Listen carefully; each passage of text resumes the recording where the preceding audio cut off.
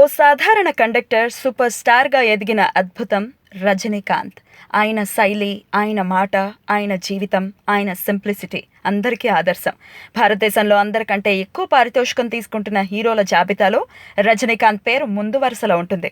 ప్రపంచవ్యాప్తంగా రజనీకి అభిమానులున్నారు. Flop cinema అయినా 100 కోట్లు సాధించగల చరిష్మా రజనీ సొంతం. అందుకే రజనీ అంటే అంత క్రేజ్. ఇప్పుడు రజనీకాంత్ జీవితాన్ని వెండితెరపై తీసుకొచ్చే ప్రయత్నాలు జరుగుతున్నాయన్నది విశ్వసనీయ వర్గాల సమాచారం.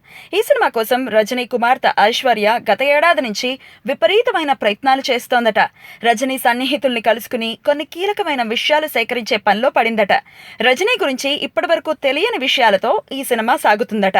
తెలుగు, తమిళం, కన్నడ, హిందీ, మలయాళం ఇలా దేశంలోని అన్ని భాషలతో పాటు చైనీస్, జాపనీస్లలో కూడా ఈ సినిమాని తెరకెక్కించి ఒకేసారి విడుదల చేయాలన్నది ఐశ్వర్య ఆలోచన.